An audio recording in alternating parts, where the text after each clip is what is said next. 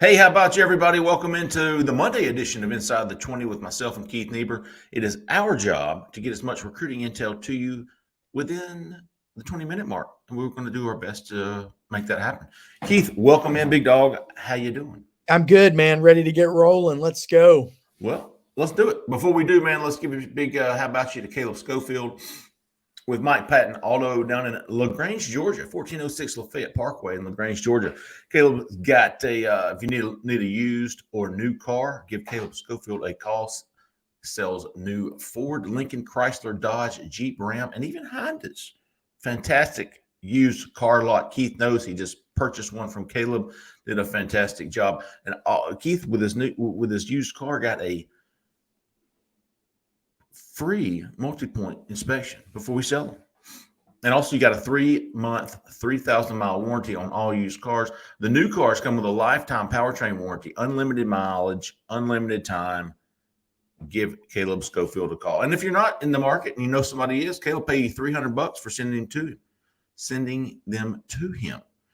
And also, maybe the best deal here, Auburn Live subscribers, $1,000 off the asking price of new vehicles. Just call him, get $1,000 off immediately.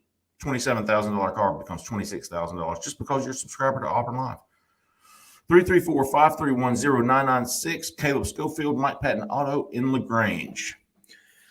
Well, Keith, coming off a win for Auburn, and there were a couple of recruits there. Not many. We didn't expect a big recruiting turnout for the Missouri game. Auburn did win. I shouldn't say that. Missouri lost. So you had one official visitor there in Ashley Williams, the 4-star edge from Zachary, Louisiana.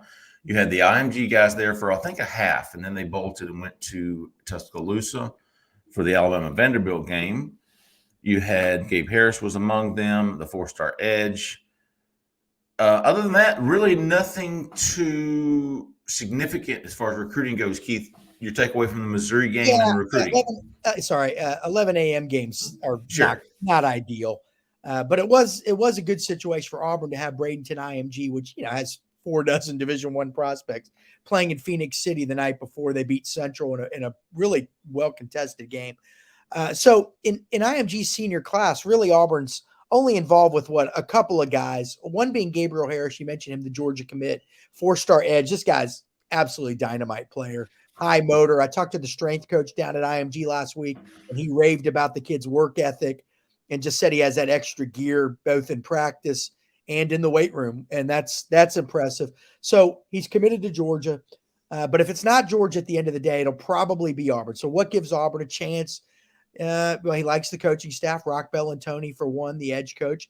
He's friends with Adam Hopkins, a 4-star receiver commit. Very good friends. They both grew up in Thomasville. In fact, who was there too? We should mention. Right. You're right, Jeffrey. He showed up at the game just to talk to and hang out with his buddy Gabriel Harris. And then 3, he wants to play early. I mean, he made no bones about that. I want to play early, period. Well, Iku Leota, Derek Hall, guys that are playing pretty well, might not see them next year for Auburn, right? Pretty good chance, very good chance. And so the opportunity to play early at Auburn is certainly there. Now, Georgia has a dynamic edge of its own, edge outside backer Nolan Smith, and he's probably going to be a first-round pick, so they can kind of pitch that too. But, Auburn's hanging around. Obviously, people say, well, how can you say this? We don't even know if this staff's going to be here. Well, that's true. So that's why we talk about what we know. And what we know is these guys are the coaches right now. That's it. That's all. That's our job. It's not to speculate as to what the next 7 steps are going to be. We can only go based off of what we know right now. And what we know right now is the staff that's in place is in place. And this guy, Gabriel Harris, likes these guys. Now, second guy, Jeffrey, is Cameron Lenhart, who's an edge. Oh, yeah. And decommitted from Nebraska recently. And we were told that, he's probably a down-the-line edge guy for Auburn. But I guess he's playing some middle linebacker at IMG. And we're told that Auburn likes him a little bit at that position. They were pleasantly surprised by his movement. Okay. Obviously, Auburn's going to need to sign 2 linebackers, we've been told, and will probably take a third in the portal. So they're going to take a look at him at that position too, or are taking a look at him. I don't know. I don't know whether – I don't think Cole Pinkston was at the game that I'm not sure he spotted him or not. So we cannot confirm if Lenhart was there or not. I mean, we think he was, but Sure. there was a whole team. It's hard to find everybody. But the main guy right now is Gabriel Harris. And, Auburn's hanging around. They're in it with a lot of edges. I don't know if they're in great shape for any of them, but they're in it. They're battling. And he's one of them. Yep. One of them they are in great shape with, or at least presumably Ashley Williams, the four-star from Zachary, who came in for an official visit. He's committed to Auburn. He flipped his commitment from Nebraska to Auburn back in early August, I believe. He was there on an official visit with his mom, his dad, his brother. He left saying that he was locked in with Auburn. He didn't see that changing. He's not sure if he's going to take any other visits, which is weird. You hear recruits all the time, oh, I'm 100% committed, but I might visit Florida State. But as it stands now, he is committed, doesn't see that changing. He had a really good time. It was his first Auburn game. And, Keith, we talk about sometimes the perception from recruits are a little bit different from fans and even sports writers. And, and I walk away from that game Saturday. I watched it with my dad Saturday, and I don't think we've ever laughed as hard as we did. It was humorous. It was entertaining. It was funny that neither team could do anything basically in the second half. But Ashley says, man, it was suspenseful. My heart was beating fast the whole time. I'm glad that we came out with a win. It was a great game. The crowd was electric, and even though it was an 11 o'clock game. And I'm going, well, that just further proof that these recruits are looking at different things than what fans are, what guys like us cover the team see. It was surprising to me. Even the Penn State game, you heard some positive reviews or different perceptions of the game. And Ashley Williams was one of them. He left there saying, hey, I'm locked in. I'm ready to go. He loves Rock Bellantoni. He loved Derek Hall. Derek Hall went off. Derek Hall might have had his best game as an Auburn Tiger. He was the lone bright spot in a blue jersey Saturday. So it was good to have Gabriel Harris an edge, Ashley Williams an edge, both sitting there watching as Derek Hall the lone bright spot. Yeah. And I guess Echo did too. He had a big sack. Yeah, and Jeffrey, let me point out one thing to recruiting, but not recruiting. I mean, he's on the team now, Derek Hall, but going back to his recruitment, you and I were competitors back then, but we covered his recruitment, and we knew that he was high on Auburn and all that. And it looked like he was going to Auburn, but late in that process, there were some at Auburn that did not want to take him. Believe it or not, there were some on the Auburn staff that watched his senior film. And by the way, I've actually confirmed this with many people and talked to coaches on other staffs who said, yeah, his senior film was god awful. Really? It was god awful. But at the end of the day, they just figured this guy's such an athletic freak. You got to take him. You absolutely have to take him. And I will say this funny story, Jeffrey. I was looking for something to do that signing day. So I drove down to Gulfport the night before. That's right. And Derek and his mother had me over at the house. Now, you don't tell the readers that, they don't need to know that. Sometimes we already know what's going on, and you know this, Jeffrey. We have stories pre-written, and we honor the suspense. Sure. We honor our word and keep things quiet. But anyway, I was in their living room when another SEC head coach called, and Derek Hall's mother, Stacy, is one of the funniest, most genuinely nice people I think I've met in this business. And she looked at the phone to see who was calling. I'm not going to say who it was, and she looked at the phone and just had this look of disgust on her face, and she just tossed the phone to the couch and said, I'm not picking this crap up. It was so funny. It was so funny. It just showed you a lot of things, man, some of these guys do not quit. But so just one of those things, we think of these things now. He's probably, you could make the argument he's Auburn's best player, right? Yes. And easily almost. And Auburn was not the only staff. There were other staffs that were like, well, he's got an upside, but I don't know, man, And was that Marcus Woodson? What's that? Was it Marcus Woodson? That's right. Yeah, he was a lead recruiter on that one. But obviously, Auburn didn't have an edge coach then, so it was Woodson and Rodney Garner would have been the D-line coach. But there was some again that you watch the guy's film and you're like, boy, you're balancing things out. Okay, high upside, good motor, but man, this film is not what it needs to be. And they addressed that with him. And apparently he took the criticism very, very well, like a mature, sure. Quite frankly, he is a mature young guy. Anybody that's ever talked to him. And they ended up taking him and thank God, right? If you're an Auburn fan, because he's gotten a lot better every year. Did you meet Uncle Buckshot? I No. Who did I meet? The grandmother. I went to their house a couple times. The grandmother, very sweet lady. He comes from a great family. I think his mom is a teacher. He's got a sister, I believe, an older sister that's a teacher. And then I want to say his grandmother may have been a teacher too. But no, I don't think I met his uncle. His father works at a casino down in Gulfport, and our good friend Philip Marshall, loves the casinos. So I got those two connected. Derek said me and Uncle Buckshot would get along real well. I don't think I met him. No. But really nice family down in Gulfport. But again, it just, again, not everything is a slam dunk. And sometimes on our board, people say, well, why don't they just take this guy? Man, there's a lot of tough decisions to be made. Just because you have holes doesn't mean you in your lineup or roster doesn't mean you absolutely just take a kid. You still got to trust your own evaluations. And now the Auburn football staff, and I don't know whether they're any good or not, because who am I to evaluate people? But sure. I'm saying they're evaluators, they're scouts. I'm not saying they're not good. I'm saying I'm not able to judge. But they've really beefed up their scouting department. Drew Fabianich is the director of scouting.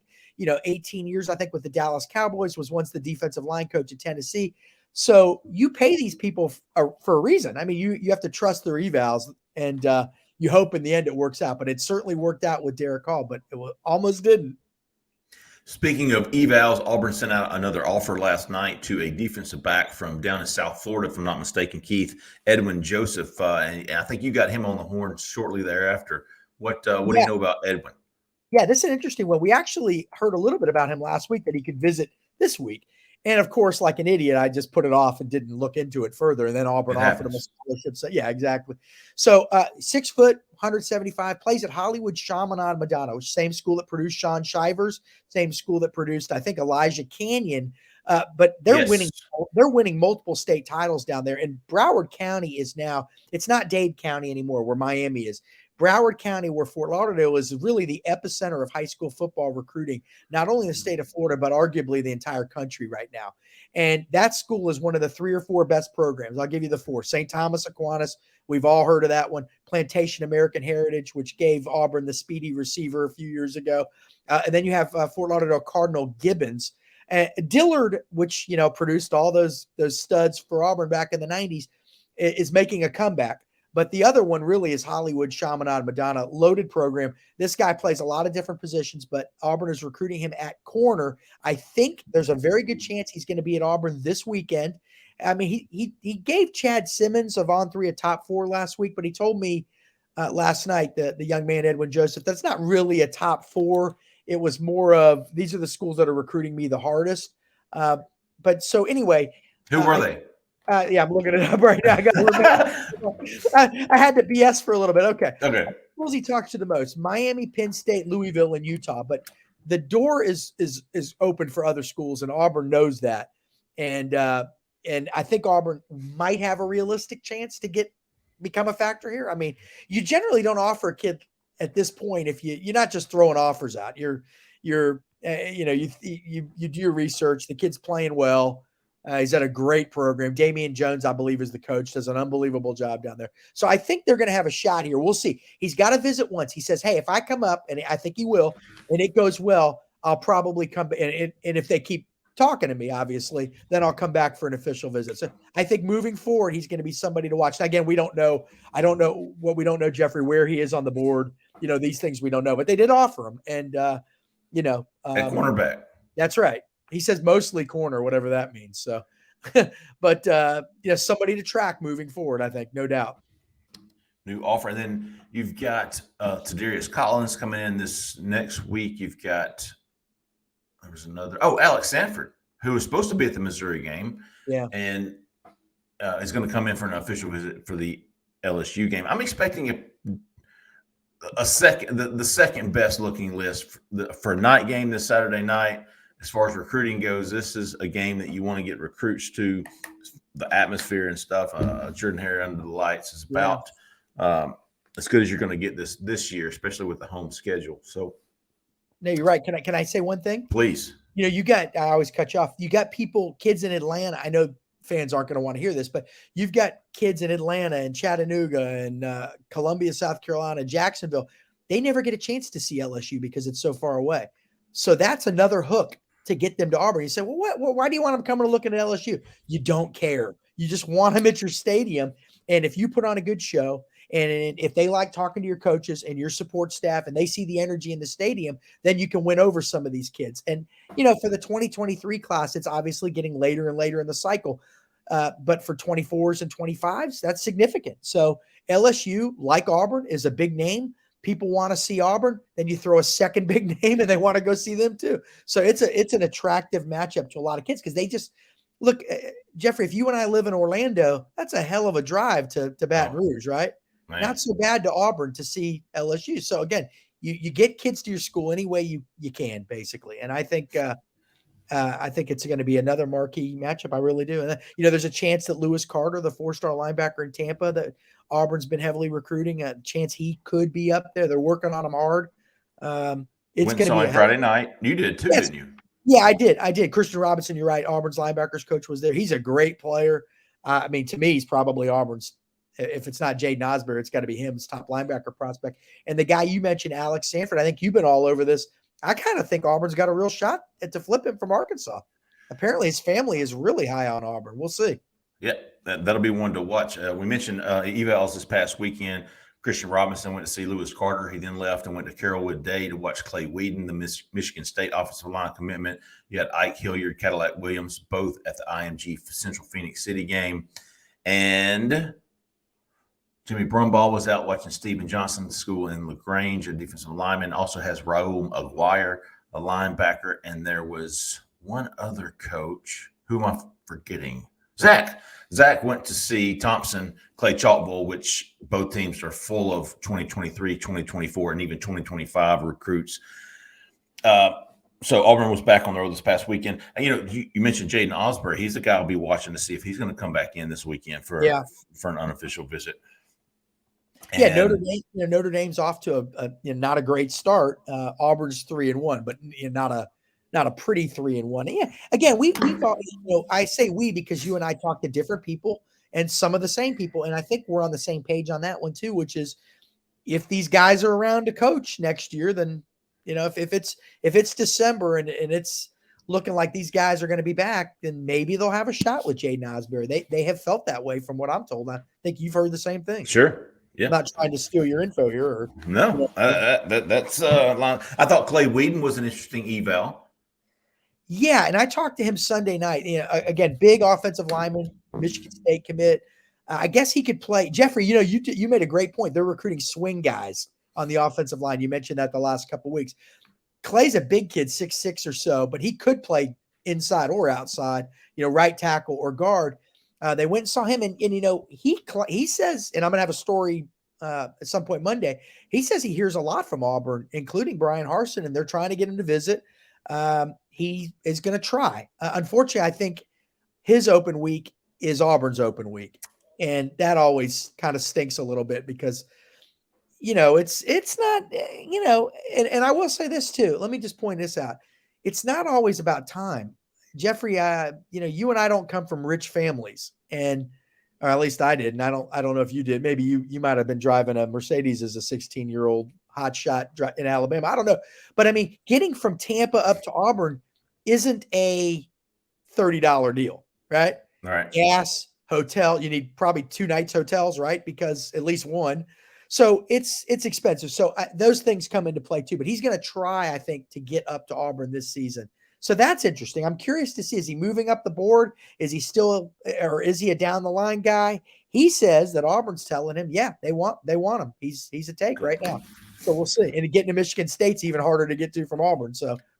Than Auburn. So that's one to follow as well. We'll see. He's an awesome dude. I'm a Clay Whedon fan, regardless of where he goes to school. I think one other thing, Keith, real quick, inside, we got a minute left, but I'm going to be keeping a track of the weather this weekend. Yeah. That storm is supposed to be hitting Auburn. I think Friday, Saturday is the timeline. So, there's always something with Auburn LSU, right? It's always something.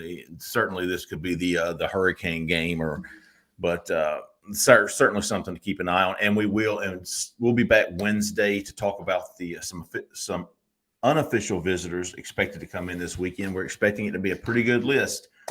Maybe not as good as the Penn State game, but certainly probably the second best that we'll see all season. Night game under the lights at Jordan-Hare Stadium. Hey, so y'all be on the lookout for that on Wednesday.